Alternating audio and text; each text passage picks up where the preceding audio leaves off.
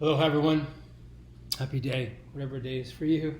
Good to be with you in this beautiful third week for Diamond Heart Project and the first class of 2026 and the first full program. So great to be with you and just offer these teachings this week. And so just want to dive right in.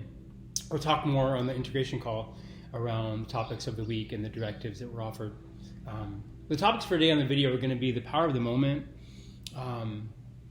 invoking or bringing in the practice of chanting or having a mantra, as well as having a third eye point that you focus on during your practices. So we're just going to dive right in. So we talked about the power of the moment. These practices really help you come in line with the moment. There's so many references to things like the past and the future and the present all happening in the same moment. There are things talking about, like, if you're so focused on the future, you're missing the gifts that come in the moment. The reference of, like, the present is a present, like a gift. And so many options or many things or many descriptives are given about this moment and what the power of the moment really is. And knowing in the power of the moment, everything is possible. You're in a space of infinite possibilities, and based on how you show up, that moment completes itself. And so know that every moment that's birthed, or every moment that comes forth, has everything that it needs to complete the purpose of why that moment was formed. And the only X factor is how you show up in it. And, there are only three ways that we can show up in a moment.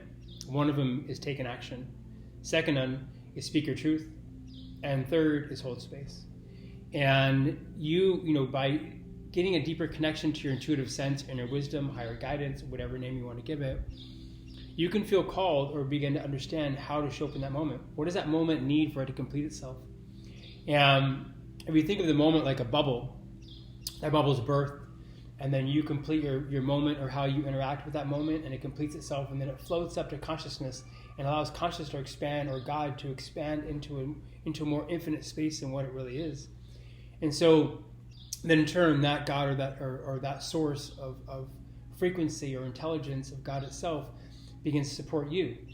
And so as you show up in these moments, the way you're guided to show up by your internal being helps conscious or helps conscious expand itself. Be like, again, the bubble analogy. And then in turn, again, the energy of that comes to support you and everything you need in your life. So everybody supports you more in how you fully show up in the moment, whether you need financial support, friendship support, whatever you need in your life, the universe supports it because you're supporting it. So it's a beautiful understanding of the unconditional love of God in itself, because it's always giving back to itself unconditionally.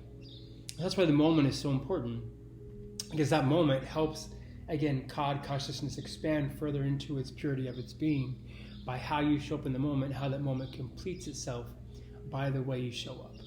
And so if you have any more questions about that, we can talk about that. But the point is, you turn into yourself and it's your own inner guidance that guides you how to show up in that moment. And you surpass people's expectations around how they want you to show up or how you need to show up, and listen to how you really feel your heart's calling you to show up. I can give you a story around one time I was in a grocery store, and this is in Los Angeles in Marina Del Rey, and all of a sudden I heard this inner voice tell me that tell the woman in front of you that her mom loves her blue dress. And I was like, what? It's like, tell the woman in front of you that her mom loves her blue dress. And when the woman finished checking out, I just stopped her for a moment and said, ma'am, I have something to share with you. Are you open to receiving? She said, yes. And I said, well, the message I'm guided to offer you is that your mom loves your blue dress. And at that moment, she dropped to the floor in tears. What I didn't know was the day before, she had actually at her mom's funeral, and she wore a blue dress.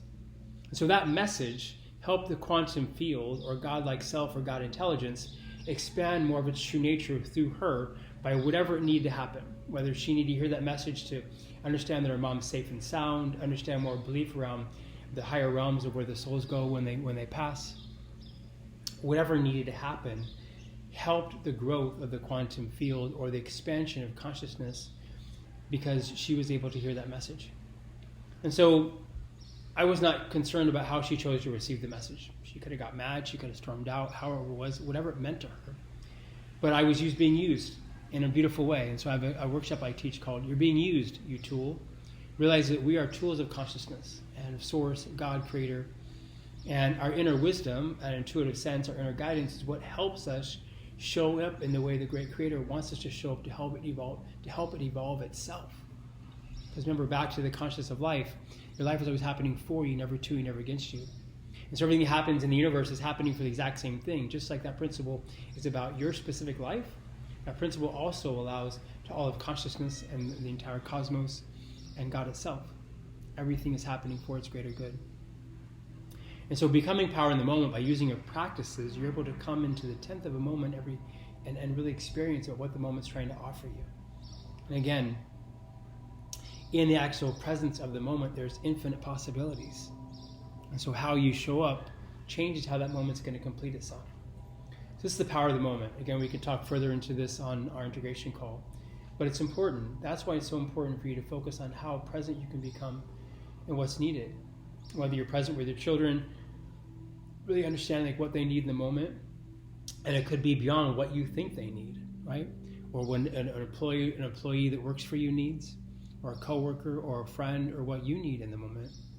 And the more you can come present with it, you'll understand what the moment's calling for and how it's calling you to show up in a certain way.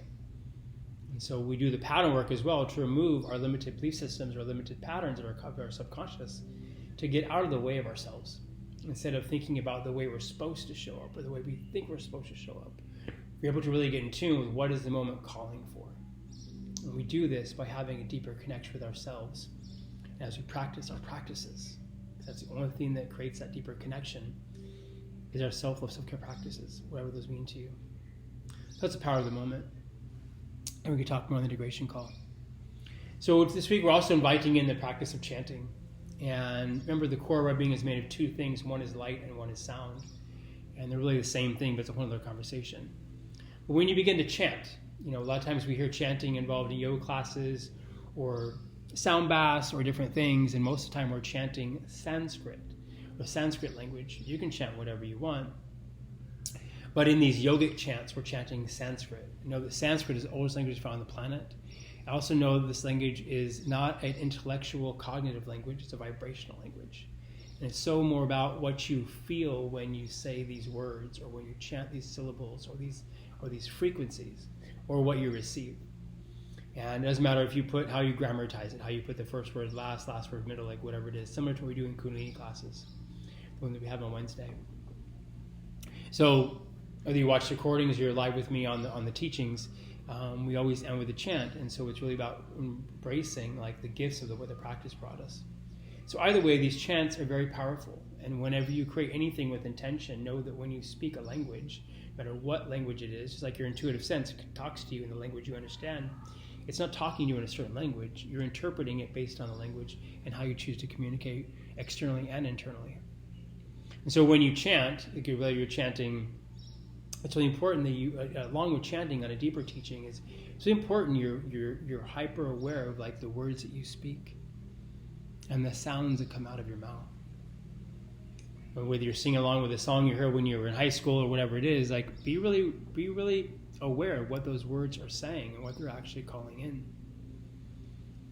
And so these vibrational languages like Sanskrit, these Sanskrit chants, can be calling in some powerful things for yourself. And again, you can chant any language you want, but we usually reference chanting as far as a lot of time. If you look up chanting, referencing these Sanskrit language around chants. For those of you who've been to ceremony, like we do, we always do a chant after we receive the medicine, and it's always done in Sanskrit, right? So I always explain the meaning before the chant around what we're chanting.